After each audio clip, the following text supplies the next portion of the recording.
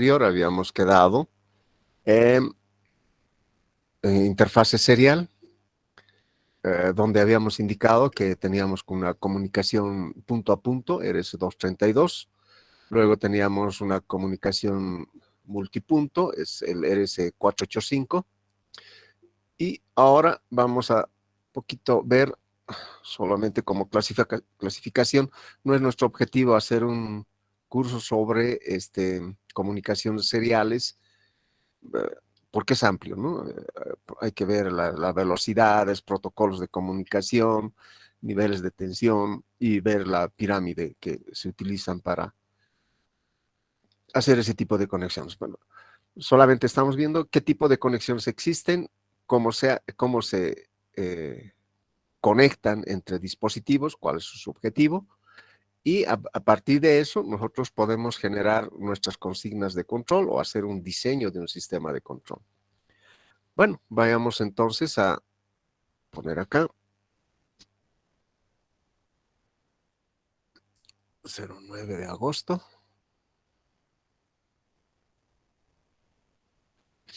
Acá, comunicación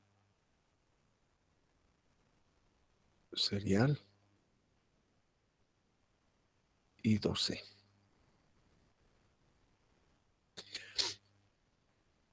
Es una comunicación pensado en un entorno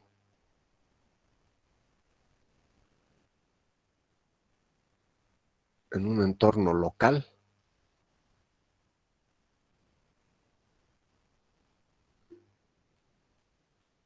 dado entre dispositivos.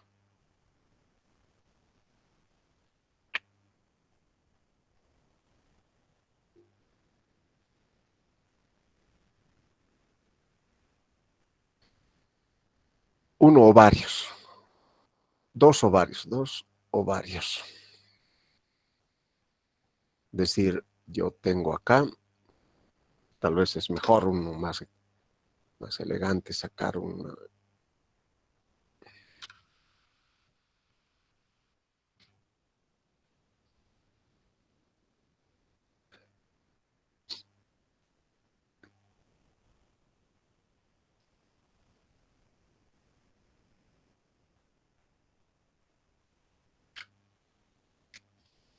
Esta es una comunicación I2C, tenemos un maestro, varios esclavos. Entonces el maestro es el que envía la información y puede recibir también la información de los esclavos. Y se pueden conectar varios dispositivos, entre ellos pueden ser, como en este caso, tenemos un Arduino maestro, un DAC esclavo, un ADC esclavo, un visor o una pantalla LCD, ¿no es cierto? Esclavo.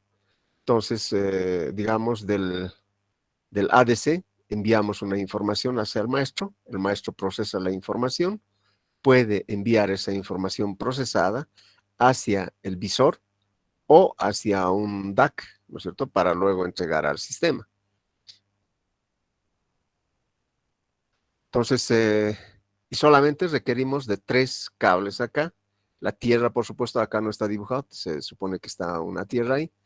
Tenemos el reloj y el bus de datos. Entonces, acá la forma en cómo se realiza esta comunicación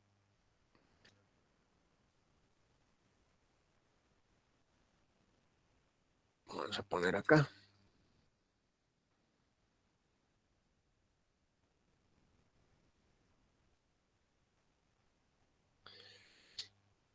Entonces, se da una partida, ¿no es cierto? Y el SDA, el bus de datos, nos va a entregar los datos en sí, en ceros y unos, pero sincronizados con esta otra señal. Entonces, esta otra señal va a generar una onda, una señal de reloj, los cuales, al hacer el AND, ¿no es cierto? Acá podemos obtener el 1, el AND con el 0 es el 0, el AND con el ceros va sacando ceros y acá va sacando unos. Tiene que sincronizarse, por supuesto.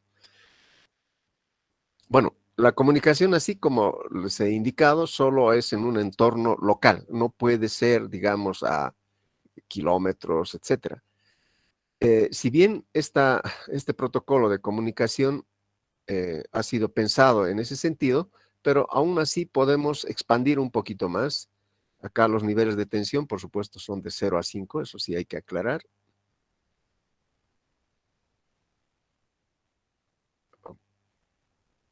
Acá es el 0 voltios, 5 voltios.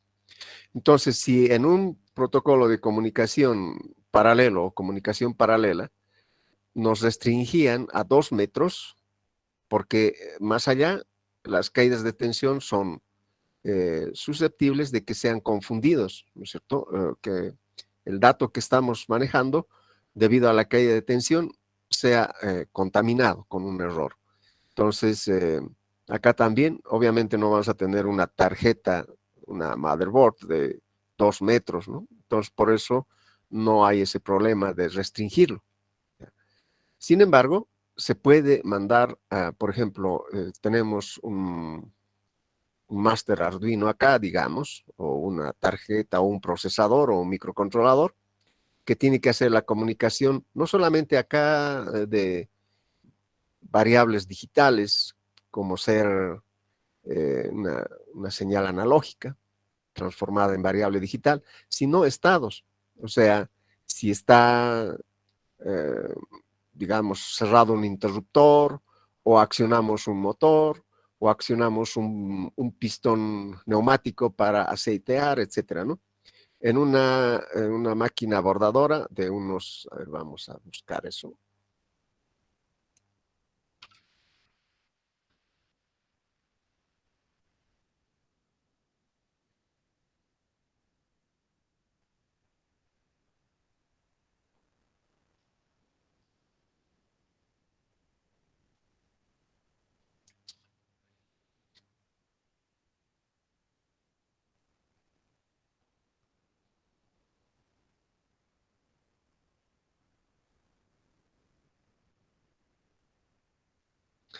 Tenemos un cabezal de control, bueno, por acá, digamos, o, bueno, hay un módulo de control allí, ubicado en un gabinete, podría ser el que está acá. Entonces tiene que controlar los estados. No necesitamos ver la función analógica acá, los estados. Si se ha roto un hilo, um, se abre un circuito o necesitamos desplazar, bueno, eso es el desplaza acá, toditos van a contar, o si se ha obstruido algo por acá, o en todo caso, queremos con un pistón lubricar algo, un pistón neumático, etcétera, ¿no? Se pueden hacer muchas operaciones acá. O sacar, por ejemplo, acá para cortar el hilo hay una especie de ganchito, como, como una aguja con un gancho, y que corta el hilo y lo agarra, ¿no? No tiene que soltarlo tampoco, lo agarra y va cortando así, si no habría una maraña de, de hilos sobre el bordado. Esos pequeños detalles son estados, o sea, son variables de estado, o sea, todo o nada. Entonces, esa información también puede ser transmitidos. No requiere gran comunicación. Y la distancia que se tiene acá supera más de los 2 metros, entonces no podría funcionar el I2C. Sin embargo, haciendo una elevación de tensión de 5 voltios hasta unos 24 voltios, podía lograrse la comunicación. Y luego, en el momento de recibir, mediante otro conjunto de transistores, se puede bajar otra vez a 5 voltios. Entonces, con un pequeño artificio de transistores, podemos llegar incluso a superar más de 2 metros acá. Bueno, eso ya depende del diseñador de este tipo de máquinas, o alguien quiere hacer una reingeniería de estas máquinas, porque hay máquinas así que no disponen de, una, de un repuesto en ese momento, o definitivamente la máquina ha sido descontinuada, por lo cual todo el sistema de control no está, ya no se produce, y cuando quieren pedir el repuesto es muy, muy caro, porque tiene que nacérselos exclusivamente para esa máquina, entonces ya no es rentable. por lo cual se puede sacar todo el sistema acá, cambiarlo con un computador y luego hacer una comunicación I2C para todo esto, ¿no? Bueno, en fin, eso se puede trabajar. Y como les digo, tampoco es para una máquina de esta naturaleza, hasta se ha logrado hacer para varias máquinas en forma independiente. Claro que no es un ambiente muy ruidoso, hay que cuidar también de que son susceptibles a que puedan ser contaminados con ruido eléctrico. Entonces hay que eh, abocarse acá a pantallar todo este cable eh, para que la comunicación no sea contaminada con errores. Bueno, este es el I2C, esas son sus perspectivas, la forma de comunicar es bastante sencillo y si es tan sencillo que podemos incluso, vamos a,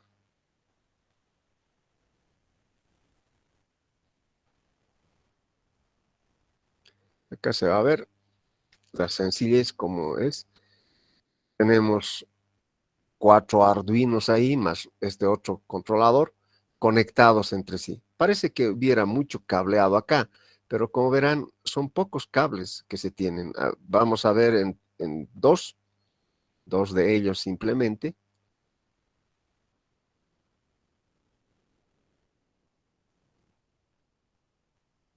Un momentito, por favor. Es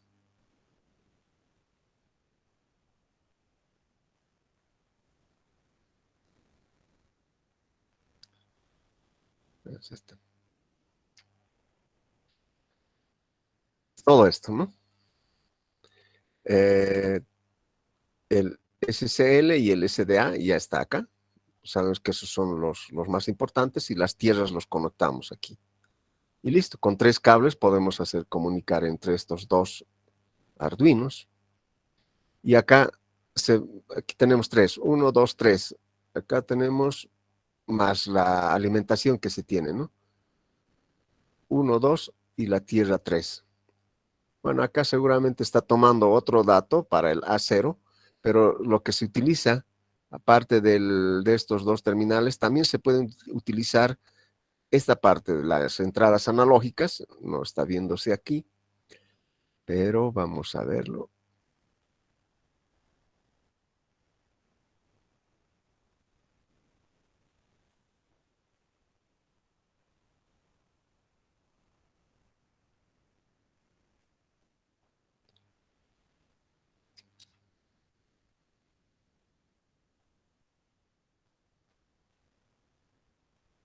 Bueno, como verán, todos se conectan en VCC, 5 voltios, todos se conectan en tierra, eso es indudable, y estos 2 cables se conectan todos el A4 con el A4 con el A4, el A5 con el A5 con el A5, ¿de acuerdo? Solamente tenemos 3 cables porque VCC evidentemente es la fuente de alimentación, estos 2 de acá. Entonces tendríamos en todo caso 2 cablecitos con los cuales podemos comunicarnos todo. Y acá en esta parte hay un otro cable, el medio café, que está saliendo, viene de parece ser un transistor, pero no lo es, estimo que es un LM35, es un sensor de temperatura, la forma en cómo está conectado. Y tenemos las salidas acá desplegadas, supongo que para dar algún dato de caliente, tibio y frío o algo por el estilo. Yo me puedo imaginar que están comunicándose de esa manera si es que están utilizando un sensor de temperatura. Bueno, como verán es fácil la conexión, no es complicado. Acá también se puede hacer de esa manera. Ahora, ¿cuál es el programa que maneja esto? Bueno, Arduino tiene sus librerías ya hecho, así que tampoco es muy complicado, nada más tiene que nacer la petición de esa librería, a adjuntarlo en el include, o sea, en la cabecera del programa y ya está, ya hacen la comunicación. Bueno, así de fácil es. Entonces, I2C no solamente es un entorno entorno local o de tarjetas, sino que se puede ampliar también. Imagínense, esta tarjeta está en una cabeza, o perdón, el maestro está en en el gabinete de control y este Arduino en esta cabeza, este otro Arduino en la otra, y así, varios de ellos se pueden comunicar. Hasta 255 esclavos se puede comunicar, más o menos, ¿no? Bueno, entonces, I2C es eso. Todo es serial, 0 a 5 voltios. Acá tenemos el protocolo de comunicación, cómo se comunica, y los programas ya evidentemente es más para la parte de programación e implementación. Todos estos sistemas que hemos visto, tanto paralelo como serial, o bueno, por lo menos un pantallazo o algo así como que entérate que esto hay, se va haciendo un único sistema al cual denominamos sistema SCADA. Entonces, todas las o los interfaces, bueno,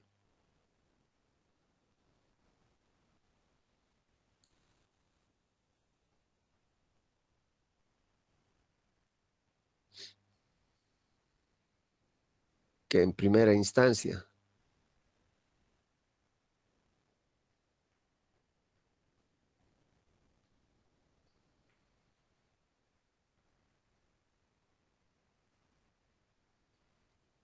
pasa por un paralelo,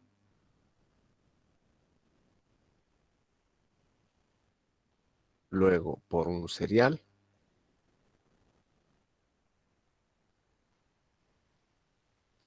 se enfocan a un sistema SCADA.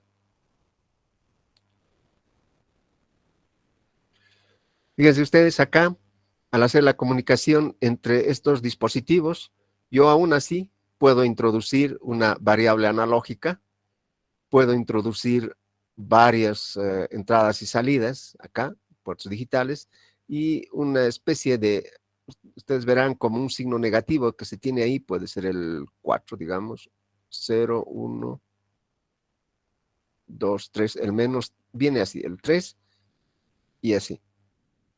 Esto indica que es una salida ADC, DAC, perdón, una salida DAC modulada, o sea, por PWM. De esa forma se puede sacar una tensión a través de este pin desde 0 hasta 5 voltios. Está modulado por ancho de pulso. Entonces, si colocan un voltímetro ahí, les va a marcar esa variación de tensión de 0 a 5 voltios. Pero si colocan un osciloscopio, simplemente van a ver ceros y unos, ¿no? Entonces, tiene una salida analógica. Entonces, podemos comandar contactores, arranque estrella triángulo de motores, podemos ver el nivel de un tanque, digamos, un tanque de fluido. Toda esa información puede ser recopilado por este esclavo 1. De la misma manera, este otro esclavo 2 puede estar recopilando la información de otros sistemas, de otros eventos físicos, etcétera. Pueden ser transmitidos a través de este I2C hasta el maestro. El maestro le puede entregar toda la información a un procesador, en este caso una PC, porque estos sistemas SCADA radican en, en una PC, un servidor, ¿no? Puede ser una PC o una computadora, una supercomputadora, etcétera. Entonces, toda esa información del sistema SCADA, voy a poner acá,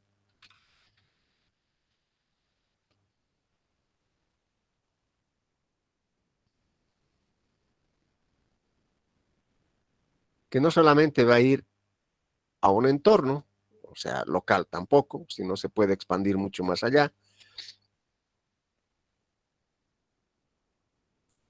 Ahí tenemos los sensores, que es la etapa más próxima al proceso o a la planta. Toda esa información es interactuada para una unidad terminal remota o un PLC, ¿no es cierto? Que va a gestionar todos los datos de los sensores y actuadores y lo va a lanzar al Ethernet. El Ethernet está implementado en un RS485 y eso va a ir a un servidor y esto puede entregar a una PC, a un sistema de base de datos. Mediante modem podemos hacer una comunicación Wi-Fi hasta HMI e incluso este HMI puede entrarse por acá. Este computador también sirve las veces de un HMI. HMI es una interfase hombre-máquina, Human Machine Interface, que nos va a ayudar a hacer la descripción de o la presentación de datos, ¿no es cierto?, del proceso local, o sea, tiene que ser acá, salvo que este HMI también pueda gestionar el proceso de digamos, un proceso remoto, entonces podría comunicarse a través de Wi-Fi y ver el proceso que está ocurriendo en otro lugar. Este tipo de HMI están siendo sustituidos ya con la comunicación Wi-Fi a través de celulares. Tenemos celulares inteligentes. Mediante dashboard podemos gestionar toda la información, no necesariamente estando dentro de la planta. Ustedes están de viaje o están en otro lugar y ustedes pueden ver qué es lo que está ocurriendo en su proceso a través de ese mecanismo de dashboard que se comunica con el Wi-Fi. Obviamente hay todo un protocolo de seguridad acá para ver el estado del funcionamiento de toda su planta. Entonces acá podemos, un poquito vamos a ver, algo más complejo, digamos, para gestionar todo. Vamos a poner acá.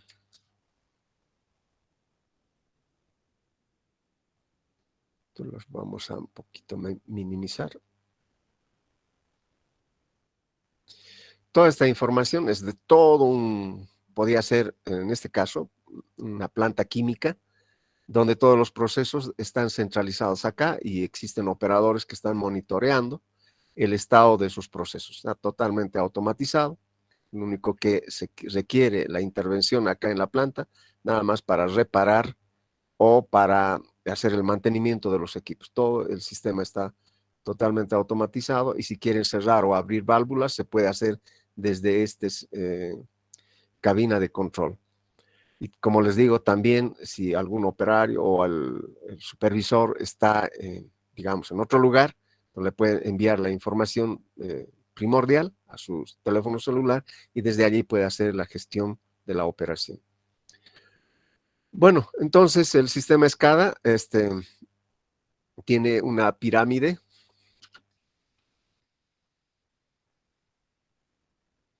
Se llama la pirámide de automatización.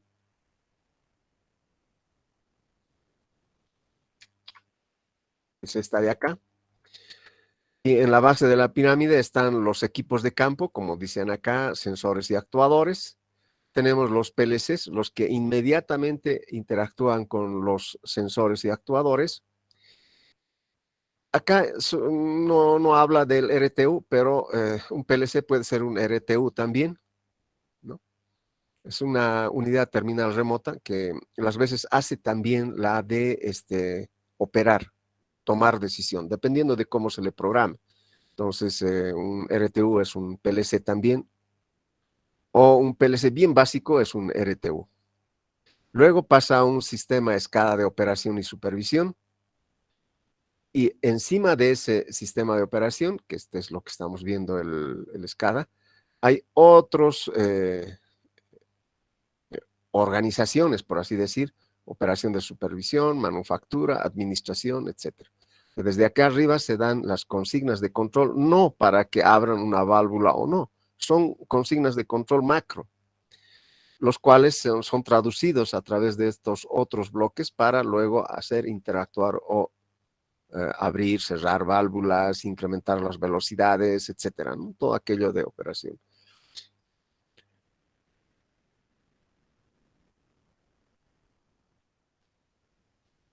A ver, este tipo de sistemas SCADA lo van a ver un poquito mejor en la parte de automatización, porque allá se orientan los sistemas SCADA manejando protocolos y los programas que hacen SCADA, vamos a ver acá, son el TIA Portal, la View, hacen también los de Alan Bradley, RS Logic, tienen su SCADA, que es el InTouch, ¿no es cierto? Cada fabricante de PLCs más o menos se ha incursionado a ese ramo de hacer un sistema SCADA. Por ejemplo, los PLCs de la Siemens tienen su SCADA, que es el TIA Portal. Los PLCs de la National Instrument tienen su SCADA, que es el LabVIEW. Los PLCs Alan Bradley tienen su SCADA, que es el InTouch. Y así sucesivamente, cada manufactura tiene su SCADA. Y evidentemente cada uno de ellos tiene sus propios protocolos de comunicación. Si bien los niveles de tensión son estandarizados, pero la forma en cómo se gestiona la comunicación es lo que no se ha consensuado. Es como, digamos, varios países que tienen diferentes idiomas. Europa es un ejemplo clásico. Hay alemanes, franceses, italianos, españoles y ingleses.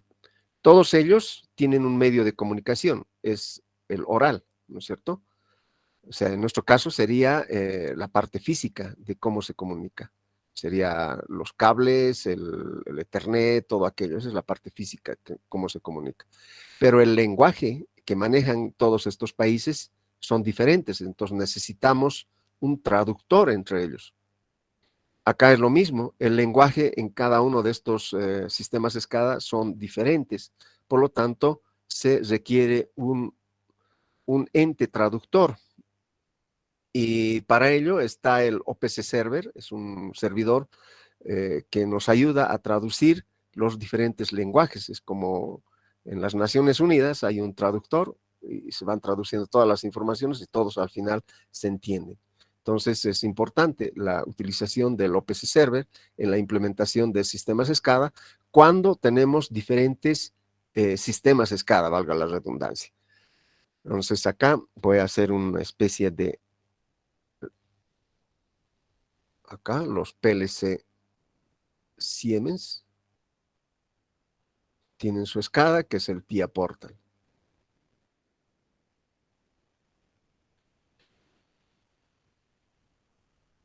Esta es una automatización total. Luego tenemos los PLC National Instrument.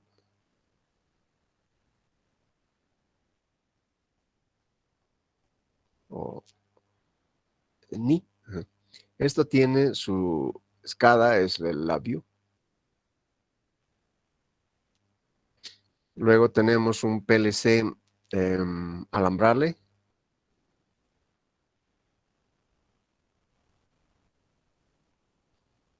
Su sistema SCADA es el InTouch, etcétera, ¿no?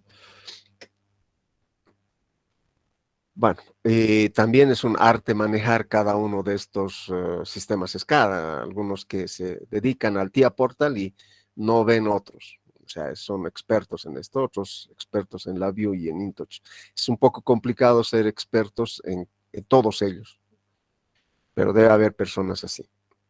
El que mucho abarca, poco aprieta, podría ser, pero hay personas excepcionales que pueden manejar varios sistemas SCADA porque cuando hay plantas en crecimiento, suelen ocurrir esta mezcolanza si es que no se ha planificado desde un principio. Entonces, cada uno, por ejemplo, Alan Bradley es americana, Siemens es alemana, etc. Bueno, esto es lo que se refiere a los sistemas SCADA. Es el que está arriba, es el supervisor desde el punto de vista de control. Y lo que está abajo son la planta, el proceso. O sea, acá básicamente estaría el proceso. No está dibujado aquí, pero esto sería la planta o proceso físico. Entonces van a interactuar todos ellos. Mejor pondré así.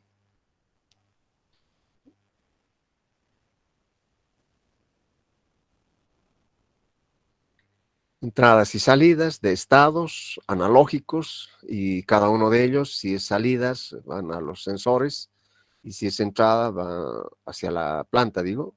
es a través de actuadores. No sé si hay alguna duda, consulta. Yo sé que es más que todo descriptivo simplemente porque no es nuestro objetivo en la materia analizar estos sistemas SCADA, pero sería interesante tal vez un curso o algo así, una especie de seminario donde se puedan dar todos estos tipos, especialmente en la National Instrument, o sea, del LabVIEW, cómo hacer un sistema SCADA. Podría hacer alguna especie de charla, cómo empezar a hacer con el BSC, construirnos pequeños gráficos. A ver, vamos a ver un...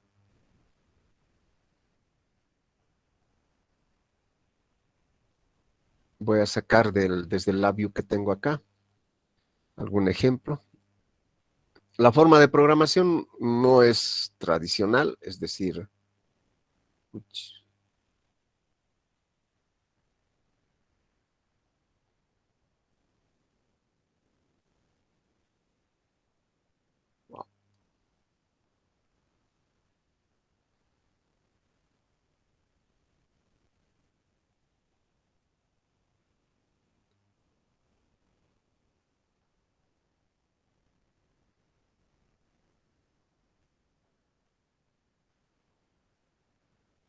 bueno, tengo un problema con mi... Si ayer se me entró un virus que voy a sacar desde... Creo que era...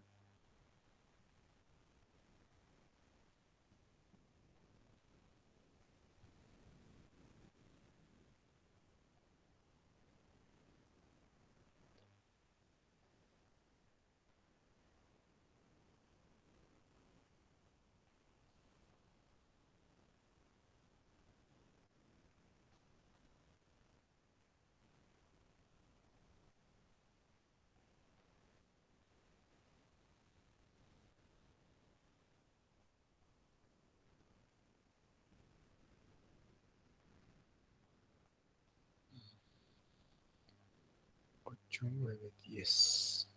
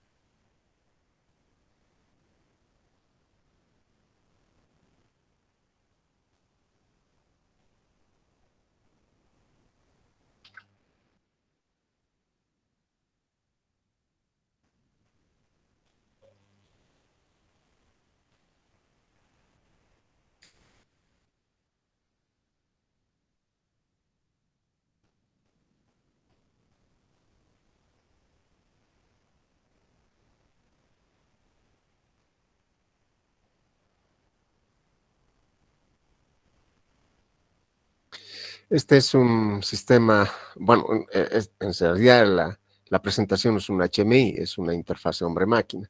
Por lo tanto, nos van a presentar variables que competen al proceso como tal. Por ejemplo, es una central térmica, una tolva de almacenamiento de carbón, mediante una cinta transportadora, va al caldero, el caldero quema el combustible y calienta el agua, y eso se va a una turbina térmica ¿no es cierto? Y luego va a una especie de radiador o condensador. Y acá es donde vamos a bombear el agua, hacer circular. Básicamente esto faltaría un poquito implementarlo, llevarlo acá. Es todo un ciclo lo que tiene que hacer esto.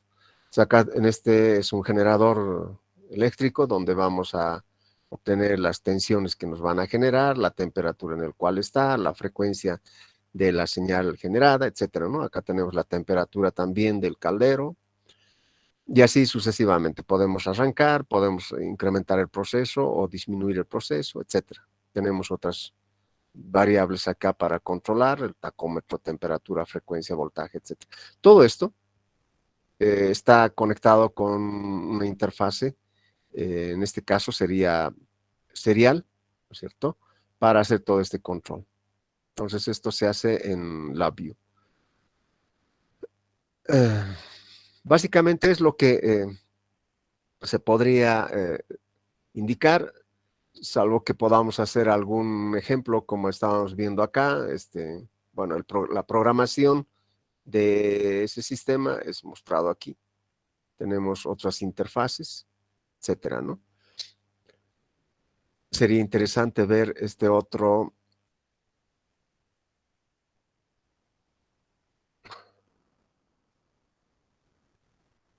un sistema de control local, el cual va a enviar su información hacia el sistema SCADA. En este caso tenemos un motor de corriente alterna controlado por un variador de frecuencia. Acá tenemos un rectificador y acá es un inversor, tenemos el filtro. Básicamente todo este conjunto sería lo que se refiere a un variador de frecuencia controlado por un PC. Eh, el objetivo de controlar la velocidad, bueno, de controlar a un motor de corriente alterna es controlar su velocidad. ¿Y cómo controlamos su velocidad? Mediante una variación de frecuencia. Pero acá está el asunto de que tiene que mantenerse constante la relación tensión-frecuencia. Resulta que la tensión influye sobre el torque del motor. El torque del motor es al cuadrado de la tensión, es decir, si yo bajo a la mitad de la tensión, el torque va a bajar 4 veces. Evidentemente eso nos limita, digamos, a que podamos bajar la velocidad del motor a casi cero, ¿no? Prácticamente perdería toda la fuerza y no podría impulsar, no podría manejar. Por eso es que dentro de la jerga, digamos, del control, la velocidad del motor solo se puede bajar hasta una cierta parte. Por debajo de aquello, eh, no tendría la fuerza el motor para accionar al sistema. O en todo caso, tendría que utilizarse un motor sumamente grande, pero eso también iría desde el punto de vista económico, sería antiproducente. La variación de la velocidad está dado acá por frecuencia mediante IGBTs. Bueno, en este caso sí, son IGBTs. Y la rectificación está dado por un conjunto de SCRs. O sea, este rectificador no es un rectificador con diodos simplemente, sino que es realizado a través de SCRs, el cual nos regula la tensión de acá para controlar esta tensión. Y la frecuencia es controlado por un circuito de disparo que activan estas llaves. ¿Para qué nos sirve eso? Evidentemente para controlar la velocidad de un puente grúa. En este caso, el puente grúa, ¿por qué controlamos? ¿Por qué no podemos llevar de un punto A a un punto B así tan rápido? Porque al ser este puente grúa, con unos cables, nada rígido acá, entonces existe el penduleo. Es decir, si vamos rápidamente, la masa de la carga no va a ir tan rápido, se va a quedar, y cuando llegue al punto va a empezar a oscilar en el punto, ¿no es cierto? Y esa oscilación por la masa que se tiene, digamos que estamos cargando o ya transportando un contenedor, esa oscilación va a ser muy difícil de tenerlo o va a estar oscilando durante mucho tiempo por la masa que se tiene. Entonces, de alguna manera hay que tener un sistema de control que evite esa oscilación, que llegue al punto pero sin oscilaciones. ¿Qué implica esa oscilación? Bueno, acá eso lo vamos a verificar. Permítanme.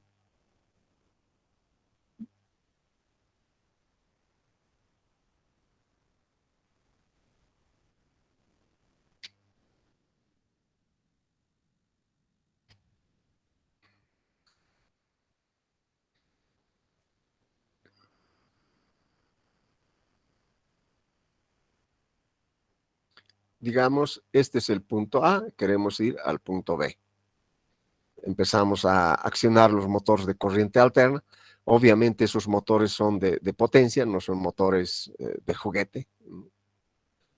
Al ser de potencia, estamos hablando en un entorno de control de esta naturaleza. Entonces, al abandonar el punto A, va a recorrer y por la masa que se tiene, va a recorrer un poco y va a empezar a oscilar y tiene que estabilizarse. Esta forma de llegar al punto B, cuando el error en estado estacionario de la posición sea 0, entonces es un buen control. Puede ocurrir que si no tenemos control, llegamos rápidamente, empiece a oscilar ahí, hasta que en un tiempo muy extremo, lejano, tal vez llegue a detenerse, ¿cierto? Entonces, a esto queremos llegar. Con pequeñas oscilaciones llegamos. Incluso hay controles que debemos implementar.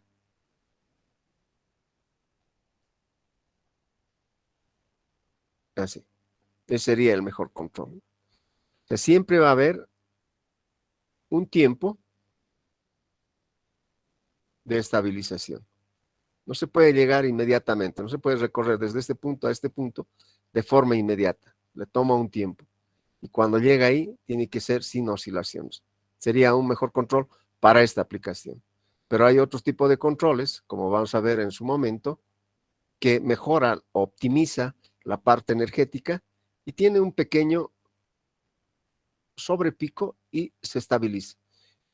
Así, la forma en cómo se tiene esta forma de respuesta mejora o optimiza el consumo energético. Entonces, en su momento, cuando estemos viendo un poquito de índices de comportamiento, vamos a explicar este hecho. Entonces, el objetivo es esto, o sea, controlar a través de estos sistemas. Las consignas de control van a ser realizados a través de una referencia acá, una tecla, un número, y eso tiene que traducirse, tiene que ir desde este sistema SCADA hasta los PLCs y de los PLCs a los actuadores hasta el proceso físico, que como sería en este caso transportar una carga. Lo mismo va a ocurrir, este mismo concepto también se puede aplicar para generadores de corriente alterna, o sea, en las plantas hidroeléctricas. Entonces, lo que nos compete ahora es la parte matemática. Si tuvieran alguna duda o consulta sobre estos sistemas, hasta donde hemos avanzado.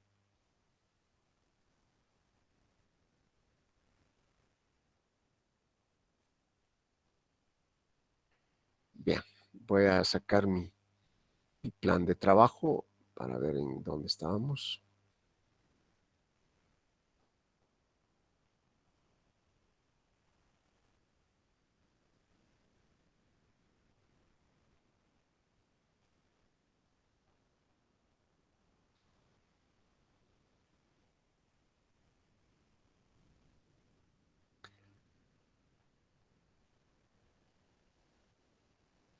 Bueno, estábamos en el capítulo 1, teoría de interfaces, 1.1, sensores actuadores, convertidores DAC y ADC, interfaz paralelo, interfaz serie, ejemplo de interfaces, sistemas SCADA. Bueno, prácticamente habríamos concluido con lo que se refiere a sistemas SCADA. Si tuvieran, vuelvo a recalcar, si tuvieran alguna duda o consulta, algún ejemplo que se tendría que usted... Sí, dígame. Inge, buenas tardes. Dígame. Inge, en cuanto a la comunicación de Ethernet y el I2C, ¿en qué se diferencian? O sea, sigue siendo una comunicación serial. Claro, ambos son seriales. Al igual que el RS232, RS485 y 2C son seriales. Acá vamos a poner un poquito en contexto. RS232, todos son seriales. Perdón.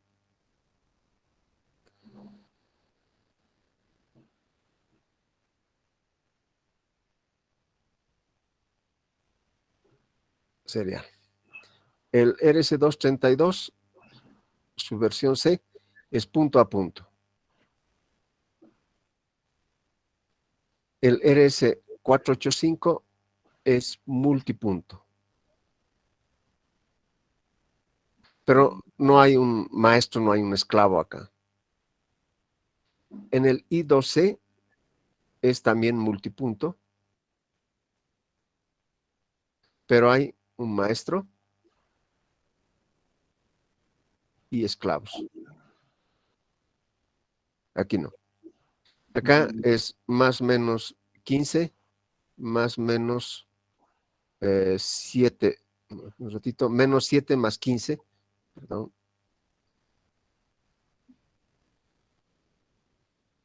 Así está. Este es 0 a 5 volts. Entonces ya nos imaginamos, si bien todos son serie, y la forma en cómo vamos a ordenar los datos también hace parte de la forma de comunicación. Acá teníamos un arranque, dato y parada. Probablemente un bit de control más ahí, de bit de paridad suelen denominar.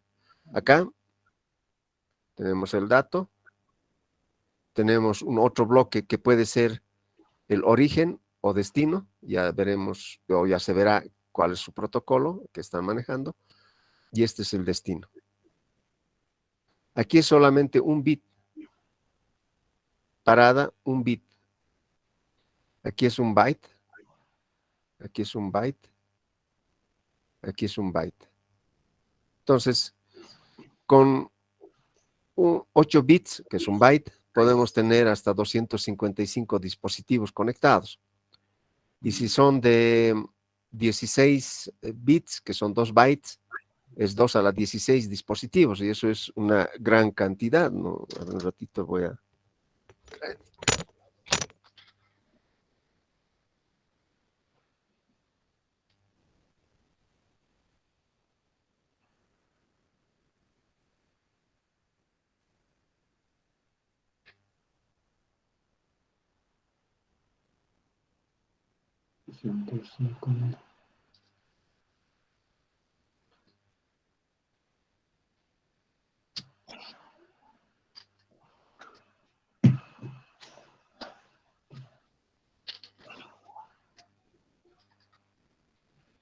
Bueno, 2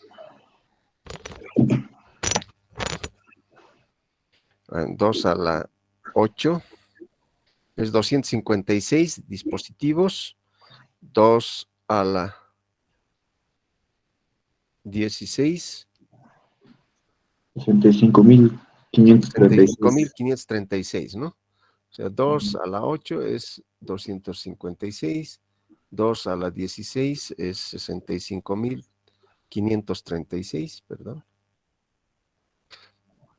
2 a la 32.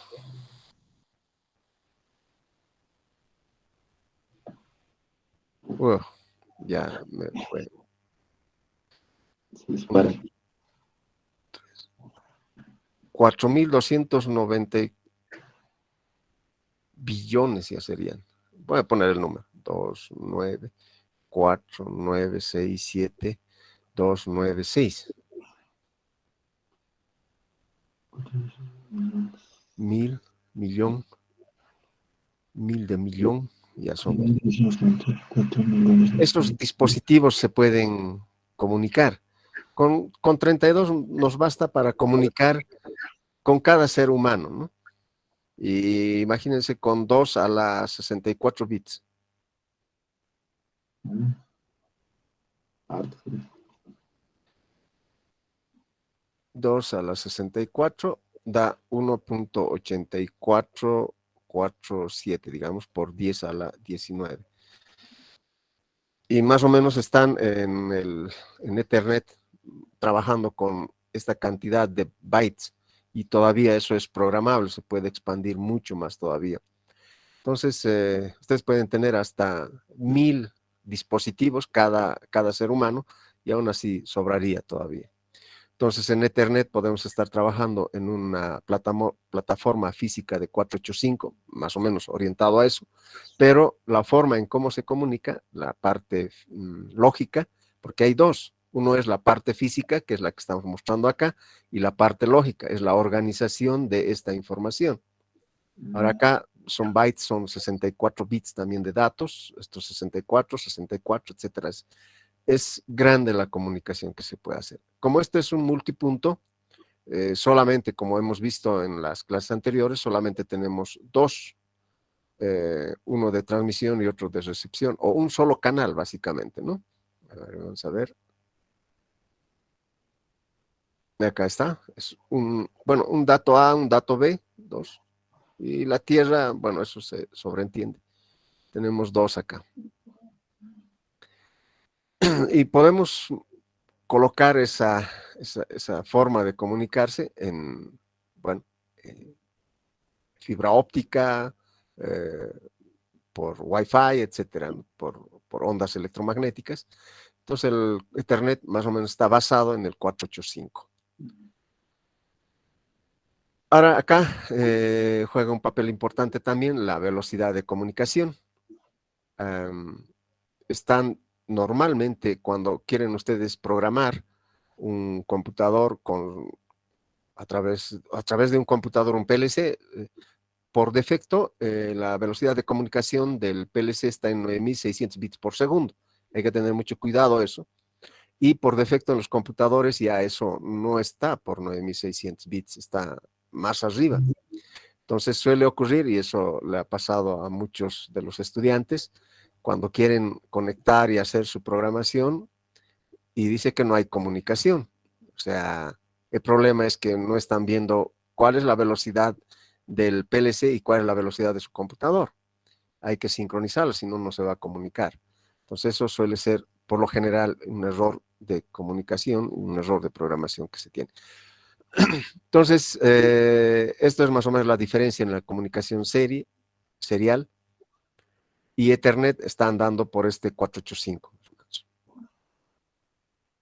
Y por supuesto, hay que ver la parte física y la parte lógica. Acá la parte lógica es cómo voy a manejar. Ya está, puedo habilitar o deshabilitar el bit de paridad.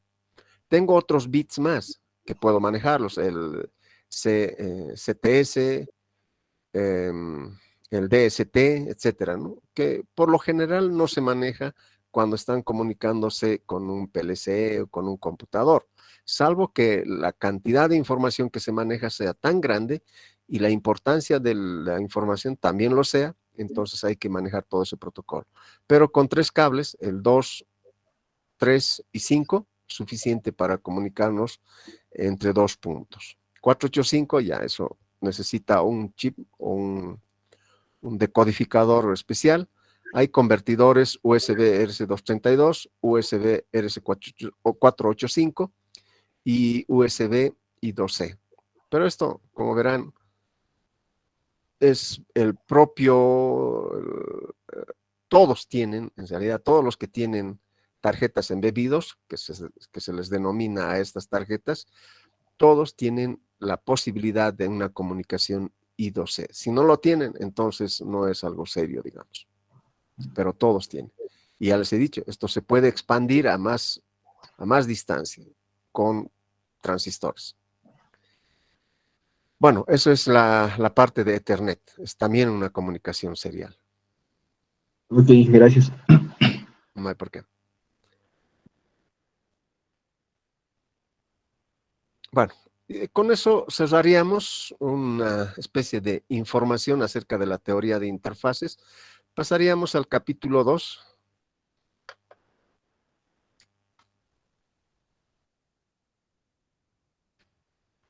Rápidamente sería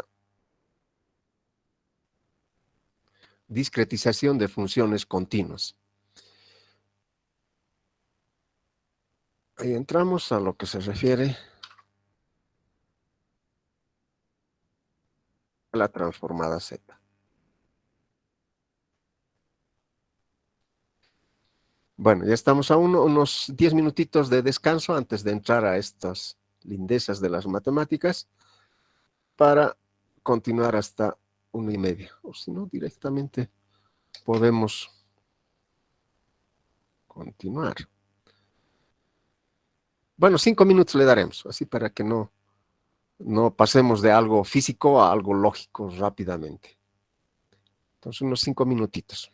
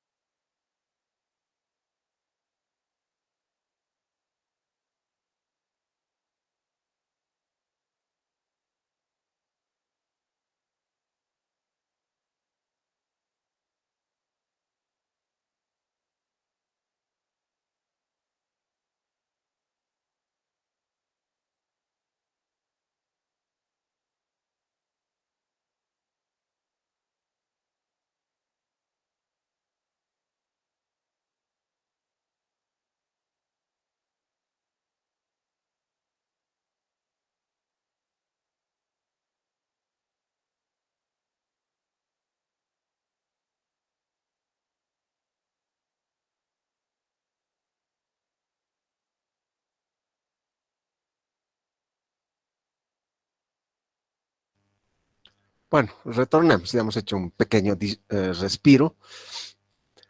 Empecemos con que sabíamos o sabemos que la transformada de Laplace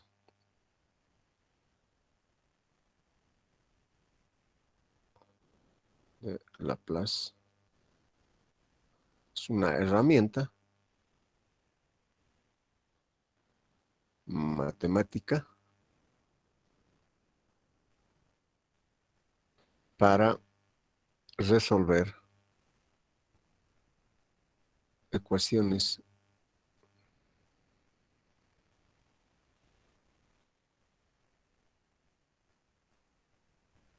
diferenciales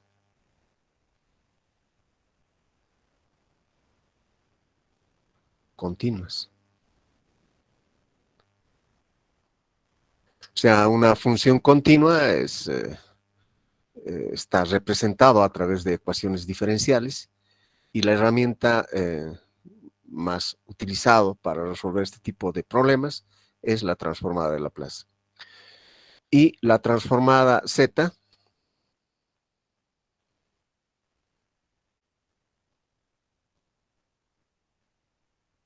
Z es una herramienta también matemática para resolver ecuaciones en diferencias discretas.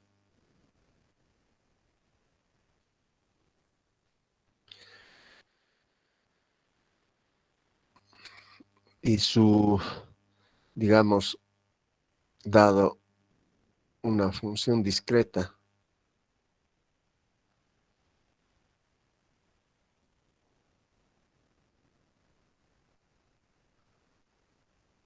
no función necesariamente, podemos poner una ecuación representada a través de una función.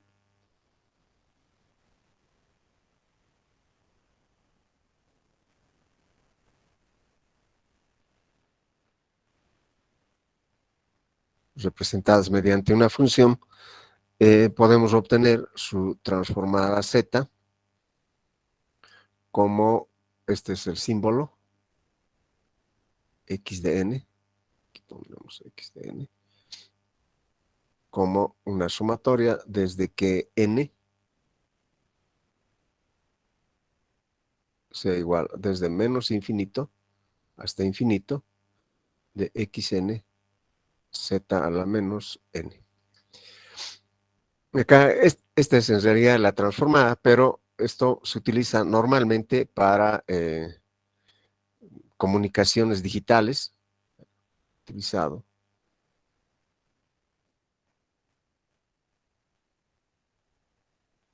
en comunicaciones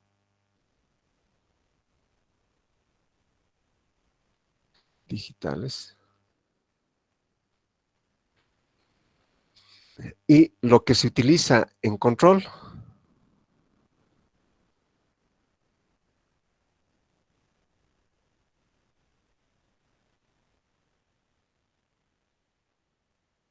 por ser sistemas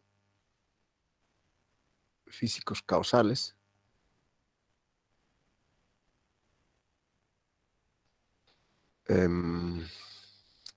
utilizaremos la siguiente relación.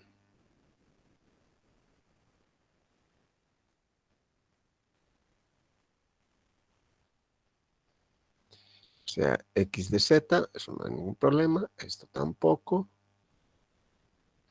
Pero aquí está el detalle. Va desde cero simplemente, no desde menos infinito. Porque en todo sistema no hay tiempos negativos. Estamos trabajando en un sistema temporal. Entonces siempre el tiempo es mayor a cero. Entonces aquí es causal. Entonces esta será nuestra transformada que nos van a ayudar a determinar, digamos, o a resolver estas ecuaciones en diferencias. A ver,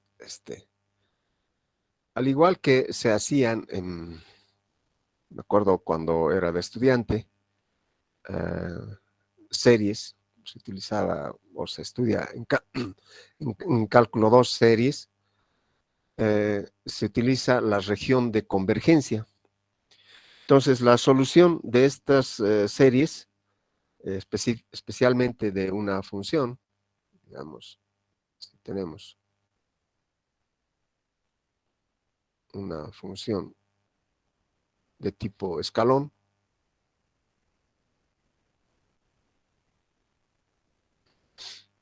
u de t. Entonces, esta función u de t, así,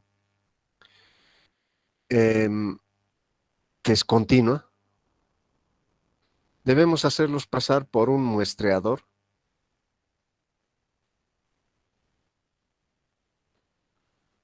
Básicamente sería un tren de impulsos unitarios.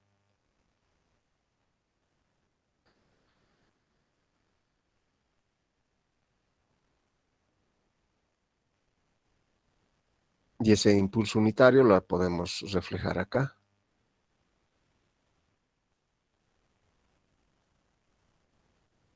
Este tren de impulsos, por supuesto, es periódica, con un periodo t que va a ser constante, al cual denominamos periodo de muestreo.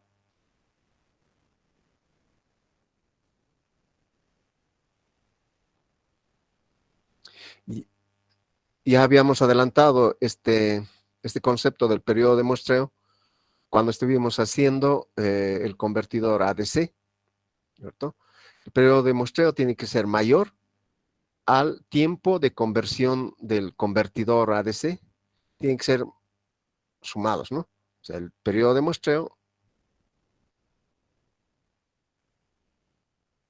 que lo vamos a de sampling, debe ser mayor, igual al tiempo de conversión del convertidor ADC o DAC, más el tiempo o el doble del tiempo de comunicación. O sea, toda esta información va a ir en forma serial, ¿no es cierto? Desde el convertidor hacia el procesador.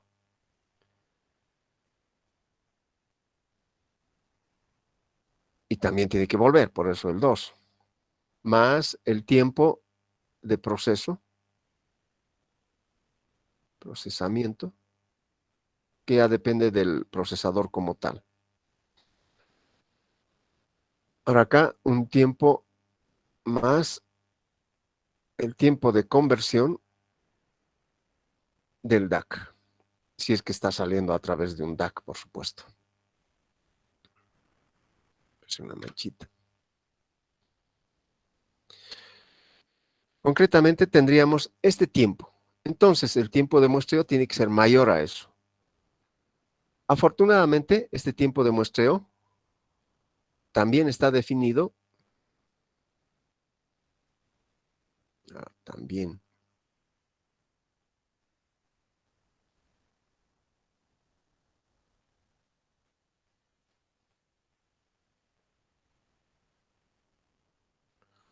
por el sistema que se quiere controlar.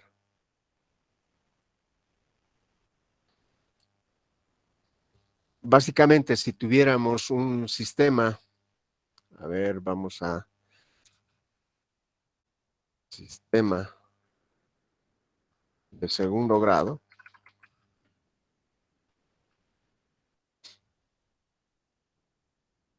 A ver.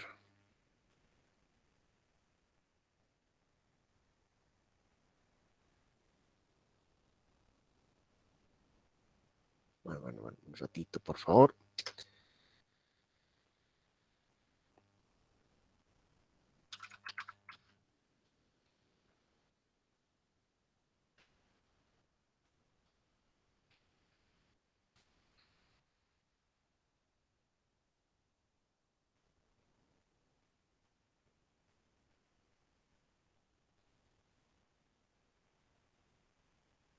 Ya.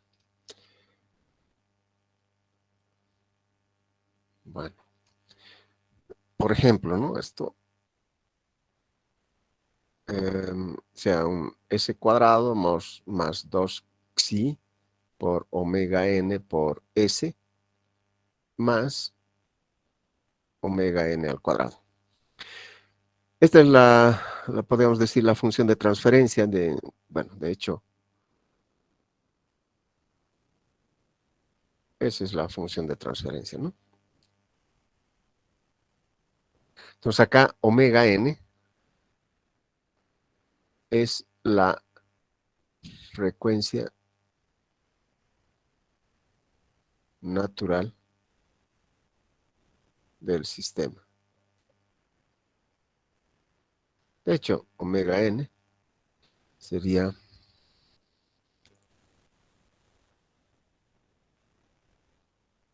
2πf. Este sería en realidad la frecuencia, ¿no? Esto es la velocidad natural del sistema. Entonces, acá el Shannon nos dice que la frecuencia de muestreo debe ser 2 veces a la frecuencia natural del sistema. Este.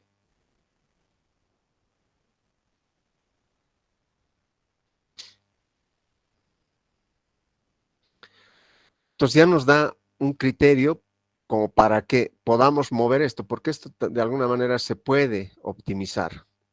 O en todo caso, este vendría a ser el límite más bajo y este sería el límite más alto. No podemos muestrear más bajo que este que está acá, con esta frecuencia, ¿no? Porque si no, digamos, mejor es este ejemplito. Así. Si voy a mostrar con el doble de la frecuencia, sabiendo que este es el periodo, que es 1 sobre la frecuencia, ¿no es cierto? Si voy a mostrar 2 veces, voy a tomar una muestra acá, una muestra acá, y ya está, estoy mostrando 2 veces, pero no voy a poder reconstruir la señal. O puedo tomar una muestra acá, otra muestra acá, y puedo confundir si va a ser un triángulo o un rectángulo, ¿no es cierto? Una onda cuadrada. Entonces no me da mucha información. Entonces, para que podamos muestrear de forma adecuada, lo que se hace es tomar, vamos a poner con rojito, por lo menos 10 veces esta señal. Entonces, la frecuencia de muestreo debe ser por lo menos 10 veces a la frecuencia natural del sistema. Por lo menos. ¿Ya? Bueno, de hecho, entonces hemos muestreado la señal. ¿Y qué vamos a obtener? Vamos a obtener puntitos.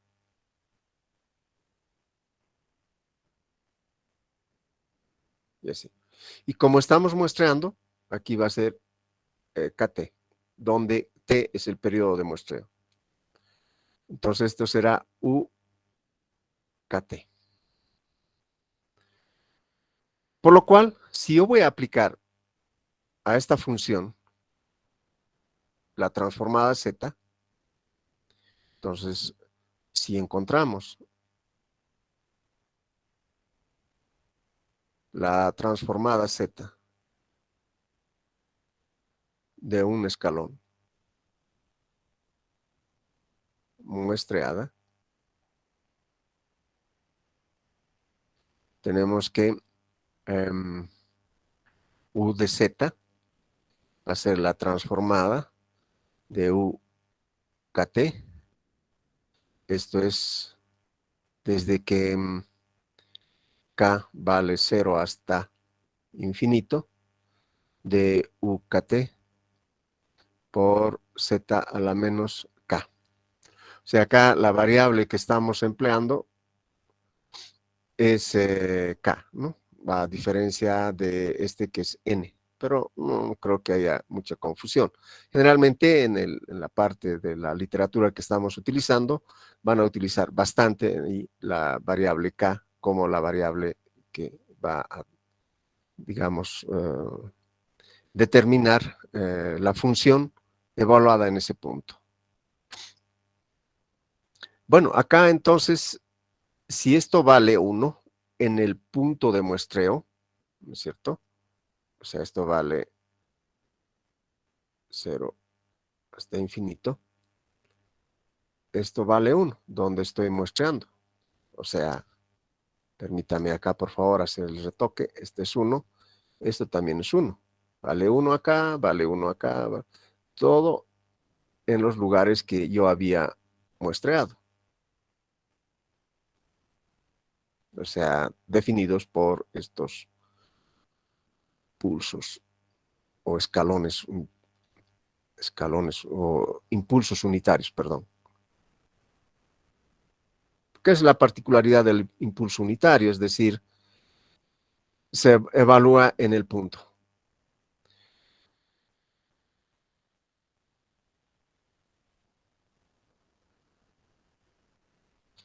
Bueno, entonces, refiriéndonos nuevamente acá, esto nada más sería 0 hasta infinito, z a la menos k. Esto sería 1 sobre z a la 0 más 1 sobre z a la 1 más 1 sobre z a la 2 más hasta el infinito. Esto daría a que podamos encontrar una región de convergencia, tal como habíamos visto, porque esta es una serie simplemente. Entonces, la solución a esa serie o la convergencia de la serie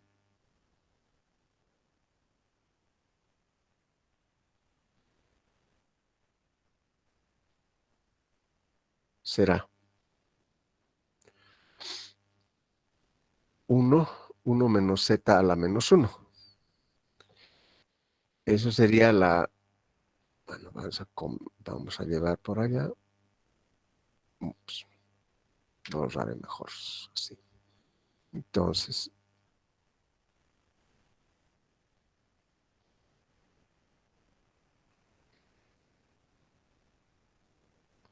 ahí converge. Siempre y cuando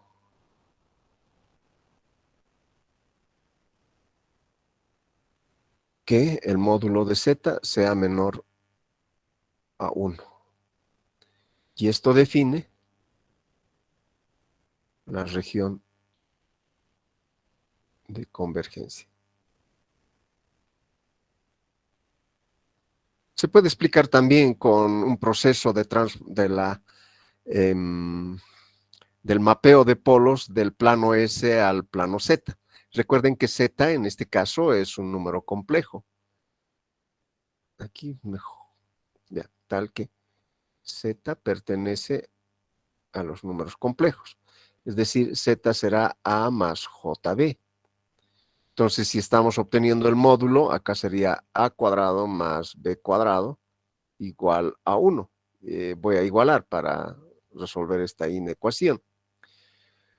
Pero este número complejo es representado por un número real, que es el A, y un número imaginario, que es el JB. ¿No es cierto? Entonces, a cuadrado más b al cuadrado es como si pudiéramos decir que esto es x y esto es y. Entonces, x al cuadrado más y al cuadrado igual a 1 es una circunferencia. Esta circunferencia la podemos denotar ahí. Eso nos está diciendo que esta circunferencia tiene un radio, en todo caso, para que converja esta solución o esta serie, tenga un radio unitario. Pondremos así. Radio unitario. ¿Estamos? Bueno, no creo que alguien quiera entrar a estas horas. Hernán A. Condori Tapia, le vamos a admitir para decirles que ya nos estamos yendo. Bueno, acá vemos que dos cosas importantes. Uno que la función, que inicialmente era continuo, lo hemos discretizado, recién podemos aplicar la transformada Z, o sea, tiene que ser muestreada, y luego, al ser una sumatoria, se convierte en una serie. Y toda serie, bueno, que tenga solución, tiene que tener una región de convergencia. Y también existe región de no convergencia. Son todos los que están afuera de este círculo unitario, son regiones de no convergencia. O sea, la serie no va a converger, no hay solución en esos lugares. Al interior de esta circunferencia sí hay solución, porque esto nos dice que así debe ser.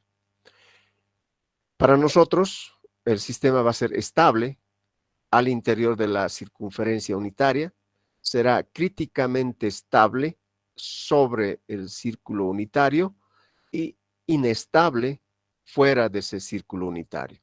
Lo vamos a justificar también en la parte del mapeo de polos del plano S al plano Z.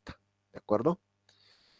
Entonces, mañana vamos a continuar acerca de esto y les rogaría, por favor, echarle una miradita a las transformadas Z. Hay que pulir un poquito esa información que les han dado en métodos operacionales o transformadas integrales para un poquito fluir esta situación. Van a ser algunos pequeños ejemplos también. El texto que estamos utilizando para esta parte introductoria es obviamente el de Ogata, que es sistemas de control discreto. Ese es el texto. Está en la bibliografía que se les ha pasado. Es un librito con tapa negra. Bueno, entonces vamos a continuar el día de mañana. 222, diseño.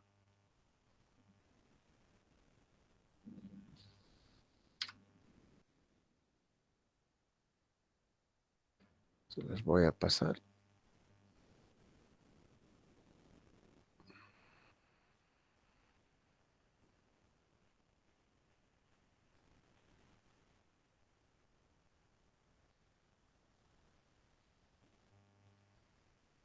Ah, perdón. Estoy en máquinas.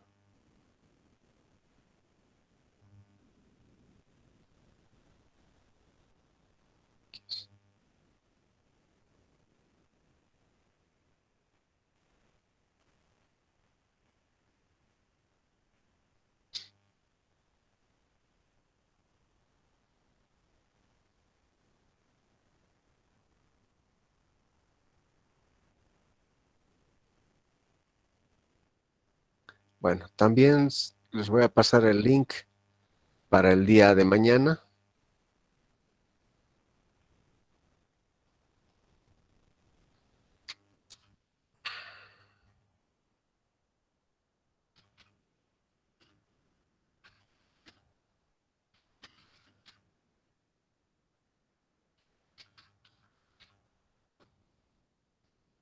Bien, entonces nos veríamos el día de mañana, salvo que tuvieran alguna duda o consulta.